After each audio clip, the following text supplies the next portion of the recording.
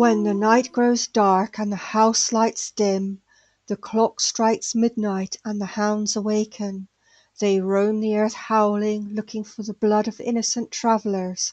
The earth's veil is thin on Halloween night, and they drag any unsuspecting travellers into the ground, never to be seen again. Tom threw a stick onto the campfire.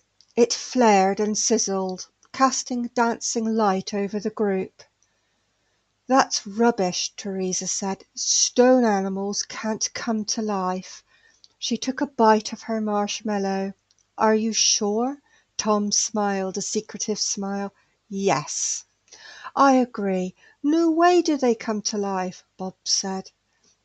Anne looked through her trick-or-treat bag. "Good haul this year," she said. "I can prove it if you dare," Tom offered. "You can see them come to life." "No way. If it were real, you wouldn't go." "I've seen the stone hounds, and they are in the large gardens. We would be in deep trouble even for going." "Going where?" Teresa's dad came out of the house carrying some logs. Nowhere." "To see the hounds at midnight," Tom said. "It's too late." He put the logs onto the fire. "Children can't go wandering alone at that time of night. Also, you aren't allowed on the property." He returned to the house. "See, I told you," Teresa said. "Cluck, cluck, cluck, chicken." "You are just too scared." "Fine. Just to prove a point, I'm coming. Anne?" "I'm in," Anne said. "Be by the black gate at 11:30 and wear something dark." 11:20 came. The house was quiet. Only the ticking of the clock could be heard. Carefully Teresa pulled back her duvet and slipped out of bed. She was already dressed in dark jeans and jumper, so as not to make too much noise. She put on her coat, as the nights were cold. Tom, Anne, and Bob were already waiting by the gate. "You are late," Tom whispered. "Sorry, I had to make sure everyone was asleep." "Let's go before we wake someone." They headed off into the darkness with only a small torch for light. The winding country lanes were dark at first and then lit only by the moon. "Why are we going this way when the garden entrance is over there?" "Do you want to get caught?" Tom hissed. "No." "Well, then." They reached an area with many trees. Teresa hesitated, looking into the darkness. Tom climbed over a gate, flapping his arms like a chicken.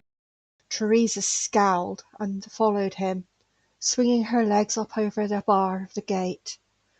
She could barely see, it was so dark. Only a small amount of moonlight entered through the trees. Tom had switched off his torch. "It's dark," Anne whispered. "Shh!" Tom ordered. "We have to keep quiet so we aren't heard." The hoot of an owl made them all jump. The route was confusing, with lots of twists and turns.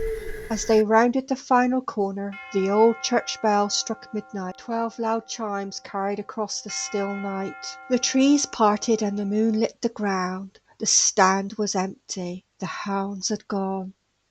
"I don't like this," Anne and Teresa said together. "Let's go back." Both the girls turned and went back as fast as they could. Tom and Bob fell about laughing. In the distance the sound of howling carried across the night.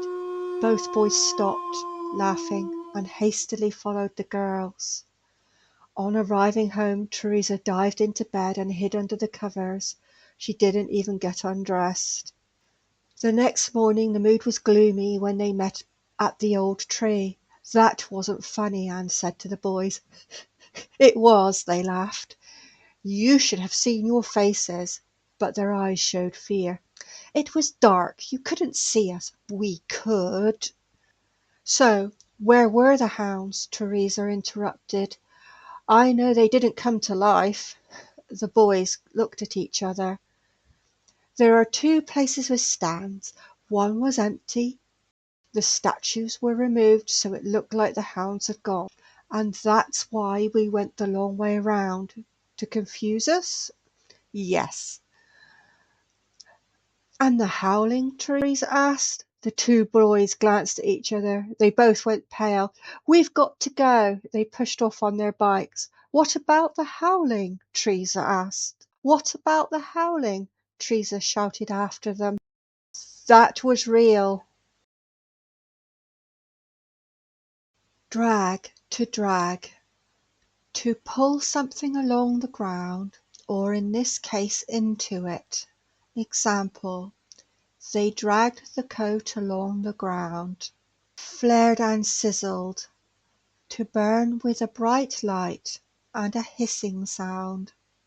Example: the fire in the fireplace flared and sizzled, making a loud noise and throwing off bright sparks. Haul. To put or drag something with force, or haul can also mean a large quantity or amount of something, especially something valuable or desirable.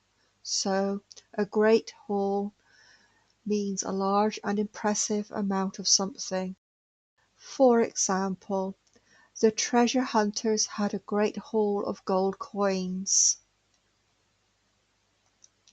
Hissed. To make a sharp hissing sound. Example: the cat hissed because he was afraid. Hiss. Whispered. To speak very quietly. Example: John whispered because he didn't want the others to hear what he said. Secretive. Someone who keeps things hidden or secret. Example: Jessie was very secretive about her past. Jumper. A type of clothing that you pull over your head, called a sweater in the USA. Examples: Tina put on a jumper because it was cold. Tina put on a sweater because it was cold. Winding. Having many curves or turns. Example: the winding road was narrow and dangerous. Hesitated. To pause or stop because you are unsure. Example: Jim hesitated before telling everyone the bad news. Scowled. To frown or look angry. Example: the student scowled when given extra homework. Interrupted. To stop someone from continuing what they are doing. Example: I was trying to explain the problem to her, but she interrupted me with a question.